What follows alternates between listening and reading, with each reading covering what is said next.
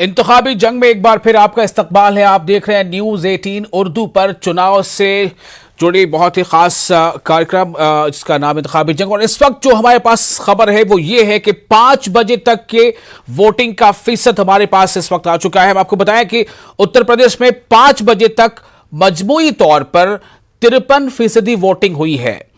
5 बजे तक मजमूई वोटिंग फीसद जो है वो 53 है। और इसमें सबसे ज्यादा वोट अगर जहां पड़ा है वो है चित्रकूट, जहां 59% वोटिंग हुई है 5 बजे तक।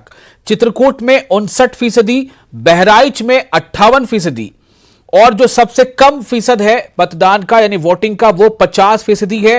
वो दो जगह हैं, प्रतापगढ़ 50% और प्रयागराज यानी इलाहाबाद 50%। बाकी जो है वो 50 से 59 के बीच है। तो ये मैंने एक बार सही नजर डाल दी। फिर से मैं चाहूंगा कि एक बार जिलेवार आपको फीसद बता दूं। उत्तर प्रदेश में 5 बजे तक कुल 53% वोटिंग हुई है। अमेठी में 52%, अयोध्या में 58%, बहराइच में 55%, चित्रकूट में 59%, गोंडा में 54% वोटिंग हुई है 5 बजे तक, कौशाम्बी में 57% वोटिंग हुई है 5 बजे तक, प्रतापगढ़ में 50%, प्रयागराज में यानी इलाहाबाद में 50%, रायबरेली में 56%, श्रावस्ती में 57% और सुल्तानपुर में 54%। तो अयोध्या और बहराइच माफ कीजिएगा, अयोध्या और चित्रकूट में 59% और अयोध्या में 58%। अब मैं अपने मेहमानों के पास वापस लौटता हूं। शुभेंदु शेखर अवस्थी साहब, आपको मैं आपके पास आ रहा हूं और आपके पास ये मौका है, या तो आप इस फीसद पर अपनी बात रखें या कुछ प्रभात राय साहब ने जो कुछ कहा उस पर अपनी बात रखें।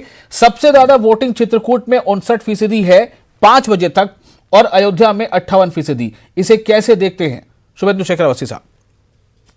देखिए, जो परसेंटेज है वो अमूमन लास्ट परसेंटेज के हिसाब से है और मेरे को लगता है कि ये और 6 बजे तक जो हमको लगता है कि ये 60% के आसपास, ये 55 से 60% के आसपास रहेगा और यही हम लोग एक्सपेक्ट भी कर रहे हैं। पर दो तीन पॉइंट कहेंगे जो हमारे पर्यवेक्षक हैं, जो हमारे राजनीतिक विचारक हैं, उनको बताने के लिए कि शायद उनको कुछ और भी चीजें जानकारी में लेनी चाहिए। लगभग 42 लाख गरीब परिवारों को पक्का घर दिया है इस 5 सालों में। आप तो क्या ये 42 लाख मतलब स्टेट गवर्नमेंट ने दिया है?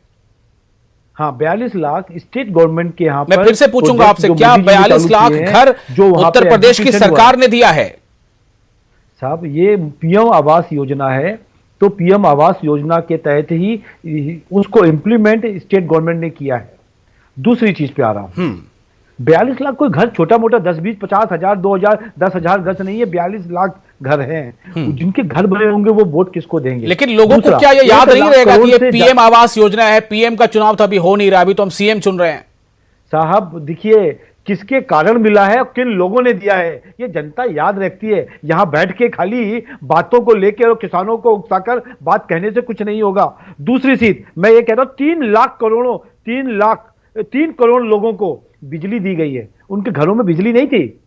और आपको तो मालूम होगा, उत्तर प्रदेश में 5-6 घंटे बिजली आती थी और योगी शासन आने के बाद 24 घंटे बिजली का प्रावधान किया गया है। और सबसे बड़ी बात जो आज भी हम कहते हैं महिलाएं हमको वोट देंगी, वो 3 करोड़ महिलाओं को, 3 करोड़ परिवारों को हमने उनको घर में शौचालय की व्यवस्था करी है। ये क्या है? जब हम गांवों में निकलते थे, हमारे पर्यवेक्षक लोग राजनीतिक जो बैठे हैं, महिलाओं को अपने शौच के समय पे खड़ा होना पड़ता था कि ये गाड़ी कहीं निकल जाए। आज वो अपने घर में सम्मान के साथ बैठे हैं। ये शायद इनको दिखाई नहीं देता है। इनको ये दिखाई नहीं देता है कि किस तरीके से एक समाज का विकास हुआ है। इनको कुछ और दिखाई दे रहा है। इसीलिए मैं कहता हूं कि इनका चश्मा कोई और है, इनका चश्मा कोई और है। और उस चश्मे को कम से कम साफ कर लें, जिससे दिखना साफ हो जाए। ठीक है, प्रभात राय साहब, आपको ही जवाब देना है। पीएम आवास योजना के तहत मकानात बने हैं जिसमें स्टेट गवर्नमेंट ने उसको इंप्लीमेंट किया, ये उनका कहना है।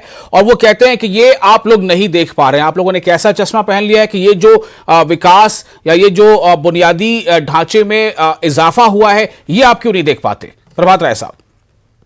देख रहे हैं हुजूर, इसे बाकायदा हम देख रहे हैं। जो अच्छी बातें हैं उनको हम अप्रिशिएट भी करते हैं। देखिए मैंने खुद ही अप्रिशिएट कब किया, करोगे?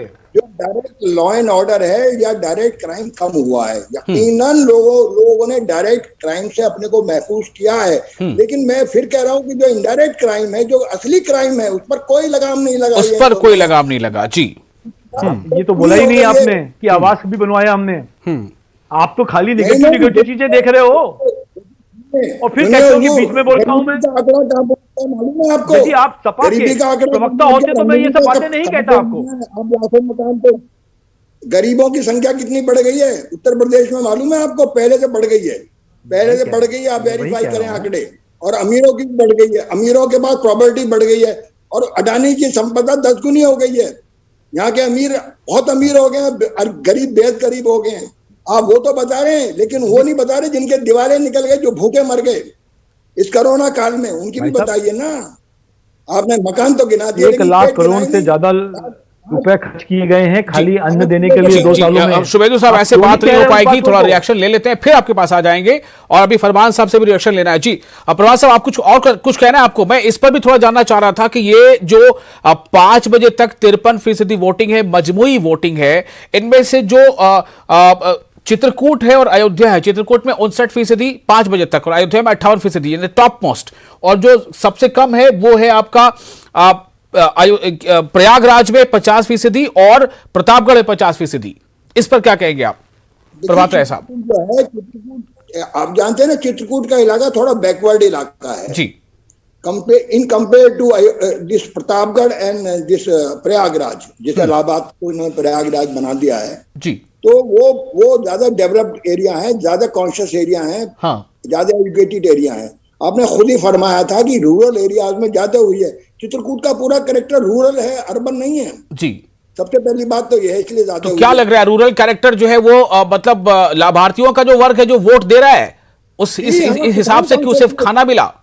मैंने शुरू में फरमाया था कि ये किसान कॉन्शियसनेस बढ़ी है, इसलिए वोट हो रहा है वहां पर जी। ये जो अर्बन कॉन्शियसनेस है, ये डिप्रेशन में है, ये मायूस है, इनको रास्ता नहीं मिल रहा है, इनको कोई लीडर नहीं मिल रहा है। चलिए, हमारे पास वक्त कम रह गया है। मैं फरमान अहमद नकवी साहब आपके पास आना चाहूंगा, 1 मिनट का टाइम रह गया आपके पास कमेंट्री के लिए जी। फरमान साहब। अरे हमारे राय साहब ने वो उज्ज्वला गैस वाला मेंशन नहीं किया, लगता भूल गए या उनके डेटाबेस में आया ना होगा वहां से। शुभेंदु शेखर अवस्थी साहब की बात कर रहे हैं आप शायद? हाँ, अवस्थी साहब की बात करें, सॉरी। तो वो उज्ज्वला गैस का उन्होंने रेफर नहीं किया, जबकि वो करना चाहिए था। वो भी एक बड़ा, वो औरतों को मुफ्त दे दिया, क्या नाम है वो आपने, गैस। और बाद में वही आदमी उसी गैस को, उस गैस के चूल्हे को भरवाने के लिए, गैस सिलेंडर भरवाने के लिए उसके पास 1000 रुपया नहीं था। जो 500 रुपए का सिलेंडर था वो आपका 1000 रुपए में बिक रहा है। आप कह रहे हैं हमने फ्री में दे दिया सब कुछ, 43 लाख मकान दे दिए। पता नहीं कौन सा डाटा कहां से मैन्युफैक्चर करके ये लोग निकालते हैं कि 43 लाख मकान दे दिए। अरे साहब, गुर्बत में आपने जो नौकरियां ले ली लोगों की, उसका क्या हिसाब है?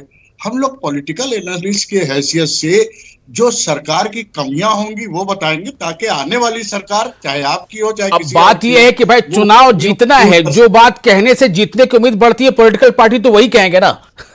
मुझे लगता है ये मोटी सी बात है। चलिए, आप तमाम लोगों का बहुत बहुत शुक्रिया इस खास प्रोग्राम में अपनी बात रखने के लिए, आपने वक्त निकाला। नाज़रीन, आपका भी शुक्रिया। मुझे दीजिए इजाजत।